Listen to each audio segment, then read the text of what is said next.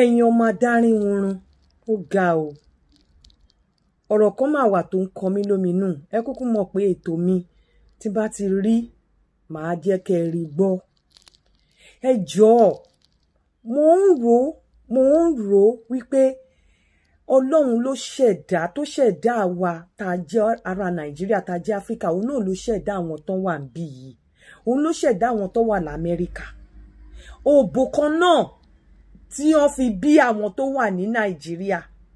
Inú òbò kan náà làwọn tó wà níbí ti jáde. Inú òbò kan náà làwọn tó wà ní Amẹ́ríkà ti jáde. Oko tí wọ́n fi dáṣẹ wa, àwa èèyàn dúdú, àwa Nigerians, oko náà fi dáṣẹ òyìnbó, náà fi dáṣẹ àwọn tó wà l'Amẹ́ríkà, tó wà ní London, tó wà ní gbogbo àgbáyé. Ẹ jọ̀ọ́, kí ló dé tí ọ̀rọ̀ Nàìjíríà ṣe wá rí bó ṣe rìn? Ẹ jẹ́ kí wá mú láti ibi tí mo ti fẹ́ mú. Ẹ má bínú o, àwọn èèyàn dúdú especially. Kí ló dé tọ́rọ̀ wa fi wá rí báyìí? Ní ìlú tí mo wà yìí, àwọn ọmọ 26, 27 specialist, àwọn less than 30 specialist, doctor, consultant, gbogbo nǹkan tí wọ́n bá ń ṣe ẹ máa rí wọn ní top. Nílùú yìí wọ́n ti tò ètò ayé àwọn ọmọ. Wọ́n ti wò pé at this age wàá ṣe tán ní secondary school, from there wàá lọ ṣe college, from there wàá lọ sí university. Grade tó bá ní secondary school tí ò bá gbé ẹ wọ university, wọ́n ti ṣètò course tó lè ṣe tó lè boost ẹ débi pé wàá ní point tó máa need university. Kò sí man no man, kò sí wípé kíní ìfẹ́ ọmọ yẹn ò ní struggle láti pass, torí bí wọ́n ṣe máa kọ́ ẹ wàá pass. Wọn ò dẹ̀ nílùú ẹlẹ́gbà, wọn ò ní sọ̀rọ̀ àlùfàǹṣá sí ẹ, wọ́n máa fẹ́ lójú fẹ́ nímú ni. Bó o lọ sí hospital náà, doctors á máa fẹ́ lójú fẹ́ nímú, nurse á máa ṣe é, wọ́n máa ṣe é gẹ̀gẹ̀gẹ̀. Ní school tó bá ti rí pé o ní any talent, wọ́n á encourage ẹ. Àwọn ọmọ yẹn máa ripe kó tó lọ sí university. Wọ́n á dẹ̀ encourage wọn tó bá ní grade tó yẹ kó mú, o ní course tó máa ṣe tó máa fi dé ibi tó fẹ́ dé. Ẹ jọ̀ọ́, ṣe bóbò tó bí àwọn ará bí yìí náà ló bí àwa tọ̀hún. Òbò kan náà ṣá ló bí ọkọ kan náà fi dáṣẹ wa. Àwọn ọmọ less than 30 wọ́n ti di medical doctor. Àwọn ọmọ kéékèèké píníṣín tó bá ń ṣiṣẹ́ lọ́dọ̀ wọn bíi nurse, bíi healthcare assistant, wọ́n á máa respect ẹ. Wọn ò ní títorí ẹ̀ pé àwọn jẹ́ doctor kan bùgálí ẹ lórí. Wọ́n máa believe pé ní ayé ọ̀nà tiẹ̀ professional ló jẹ́. Wọ́n á dẹ̀ respect field ẹ. Tó bá fẹ́ pè wọ́n ní doctor, wọ́n á ní kó má pa wọ́n ní doctor, pè wọ́n call me my first name. Wọ́n á sọ fún ẹni pé má pa wọ́n ní doctor, iṣẹ́ tó wà wọn làwọn ṣe, orúkọ àwọn kan ní doctor, call me my first name. Tó bá ṣe tán, wọ́n á tún bá ẹ jókòó, wọ́n lè máa bẹ ẹ gist. Ìmí àti ẹ̀ máa jó. Tó bá ti ṣe parí duty ẹ̀ tán, kò affect social life wọn.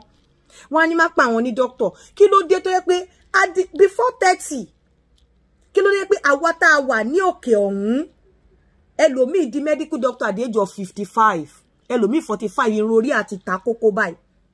Ẹlòmíì ò tiẹ̀ lọ sí school bóyá doctor egbògi elégbò or anything ni, bóyá tó Ọlọ́run kọ̀ fún pé kó máa pawọ́ dà. Tó bá wá pè wọ́n ní Mr. Alágbádá, no, call me doctor, call me doctor.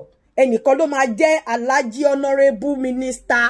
Wọ́n á gbé ní nomenclature, wọ́n á gbé oyè tí wọn ò lè fi wọ̀jọba ọ̀run, wọ́n á gbé lórí ara wọn. Oyè tí ò ní nǹkan kan tán dẹ̀ ní nǹkan kan níbí báyìí, wọ́n á gbé lórí ara wọn. Ẹlòmíì egbògi ló ṣá lóhun doctor. Tó bá pe sir ni, no, don't call me sir, call me doctor. Don't call me Mr. I'm doctor. Ó lè jẹ́ bí at the age of 55 náà ṣe di doctor àbí 45 nígbà tó ti frustrate wọn ò jẹ́ kó ṣe tán ní university on time tó yẹ kó ṣe tán, àti wọ jam gan. Òbí mi ẹ̀rù bíbà pé ọmọ mi lé opportunity jẹ́ kó sáré lọ, or pé kó má waste time ọmọ ọlọ́mọ, wọ́n lọ jẹ gbèsè wọn fọmọ sí private school.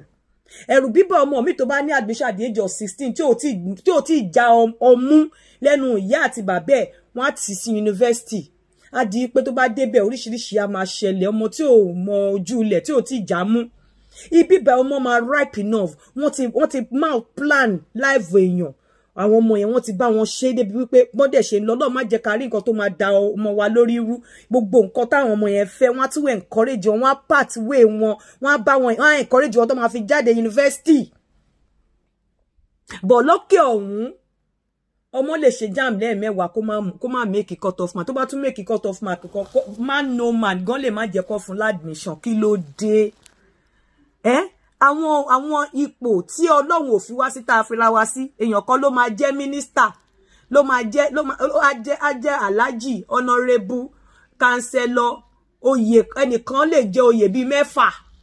àwọn amú starch àwọn ẹni tó bá jàjà di doctor at the age of 40 àbí 45 àwọn amú starch yẹn àwọn kan mọ́ shirt àwọn ya ìgà kún ìgà àwọn ṣe báyìí tó bá wọ hospital gan wàá rí bàtà tó kó sẹ́sẹ̀ tó máa nà ká sọ́lọ́run tá máa ṣépè fọ́lọ́run lọ́run àwa ṣe báyìí a bá wọn náà sì sọ̀rọ̀ lábẹ́ gbòógà bí ẹni pọ́lọ́ nǹkan ló ṣẹ̀dá wọn ìmí á jẹ́ manager níbì kan a rí pé ó ti arrive a dẹ̀ ń bá àwọn èèyàn ṣiṣẹ́ ń bì báyìí tó jẹ́ manager tó jẹ́ wípé tó bá mọ nǹkan tó wọ́n fi ṣe lé owó wàá bá wọn wọ train aago wọn ló máa fi mọ̀ wípé owó wà lọ́wọ́ àwọn eléyìí pẹ̀lú bó ṣe ní owó yẹn tó bá rí pé ó wà lórí ìdúró ara ni ẹ wọ́n máa dìde fún ẹ pé kó jókòó wọ́n tó ní nǹkan kan kí ló dé tí àwa òkè ọ̀hún àwọn èèyàn dúdú kí ló dé tá a rí báyìí kí ló dé tá a rí báyìí òun náà ló fi jẹ òun ló fìyà jẹ wá lénìí òun ló fi dàbẹ́ ni pé àwọn èèyàn ń ṣe nǹkan tó wù wọ́n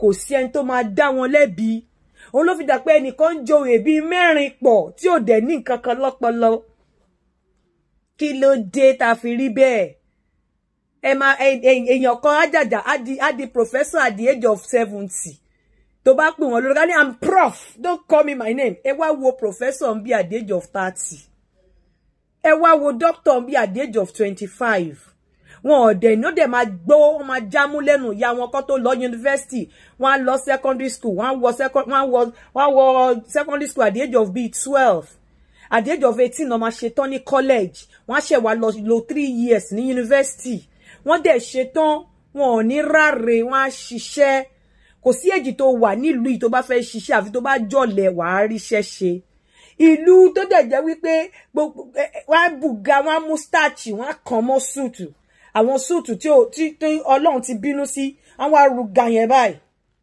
at the age of 50 doctor ẹ wà ní doctor ẹlòmíì á máa ṣe ìgbógi á pè rẹ̀ ní doctor ní doctor I'm doctor don't call me my name I'm doctor ẹ wá wo àwọn ọmọ 24 ń bí ẹ wá wo àwọn ọmọ 26 ń bí tí ẹ máa rí tí orí yín máa wú tẹ́ ẹ máa fi tí wọ́n tọrọ tẹ́ ẹ máa fi máa ṣàdúrà fáwọn ọmọ yín wọ́n á tún treat yín bí èèyàn wọ́n á tún bá yín ṣeré tẹ́ tún ṣiṣẹ́ láàrin wọn ẹ ní mọ̀ yàtọ̀ ibi ẹlòmíì hospital míì gan the same uniform tó wà lára doctor ló máa wà lára nurse ló máa wà lára healthcare assistant everything the same ní ẹ ní mọ̀ yàtọ̀ the only thing tẹ́ bá fẹ́ try láti wo ID card wọn pé doctor wọ́n á yí wọn nífẹ̀ẹ́ jẹ́ kẹrí call me my name ẹ pè wọ́n lórúkọ ẹ jọ̀ọ́ ẹ̀yin ará òkè ọ̀hún dẹ̀ jẹ́ ká ṣe dáa dẹ̀ jẹ́ ká ro jẹ́ ká ro nǹkan tó ń pa wá nìyẹn àwọn ìgbéraga tó ti ba yí ọ̀pọ̀lọpọ̀ jẹ́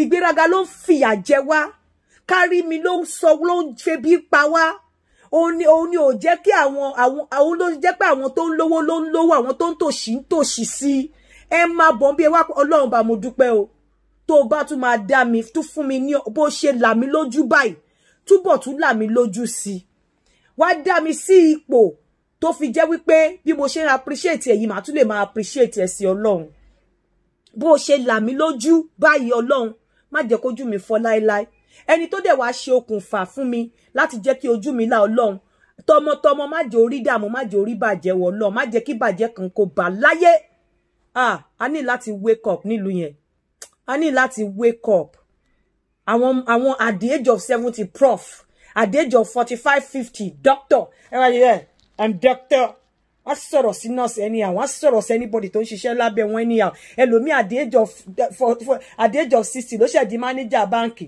àwa sọ pé ẹ wá wo àwọn ọmọ kéékèèké ń bí ibi báyìí tó bá ti ní maths and English wàá ṣiṣẹ́ maths and English wàá ṣiṣẹ́ ní lẹ́yìn counter nínú bank wàá ṣiṣẹ́ ní till tó bá ti ní college maths and English wàá ṣiṣẹ́ ní till tó jẹ́ pé tó o bá jáde kó lọ ṣe accountant kó ṣe gbogbo ẹ̀ o lè ríṣẹ́ báǹkì ṣe ní òkè ọ̀hún nílùú wa ẹ jọ̀ọ́ a ní láti wake up. A lot of things are wrong. Kai ó ga àmọ́ òbò kan náà tó bí wa okó kan náà tó fi dáṣẹ wa òun náà fi dáṣẹ àwọn bí yo bóyá òun náà ṣe máa sọ pé Ọlọ́run gan ní special interest àwọn ẹlòmíì bóyá okó kò tiẹ̀ yé mi ó kọ̀ kọ́ mi lóminú mo kọ̀ ró ni treatment tí mò ń gbà lọ́wọ́ àwọn tí wọ́n jẹ́ ọ̀gá mi mò ń wò pé no we have not started at all. We have not started. Lókè ọ̀hún yẹn àti ìbẹ̀rẹ̀ rárá. Ọlọ́run jẹ́ a lè bá wọn ni. Treatment tó ń fún mi lásán ní àwọn tó jẹ́ superior sí mi. Ó ga o. Ẹ jẹ́ a fi sẹ́nu ká dákẹ́. Ẹ jẹ́ a fi sẹ́nu lásìkò wàhálà tó ṣẹlẹ̀ yìí corona yìí. Gbogbo àwọn shops tá ti ń ra nǹkan náà ti ń ṣe sale. But ní òkè ọ̀hún àwa tún nira wa lára a double price wọn ò dẹ̀ rí nǹkan kan ṣe sí Ọlọ́run á ṣàánú wa.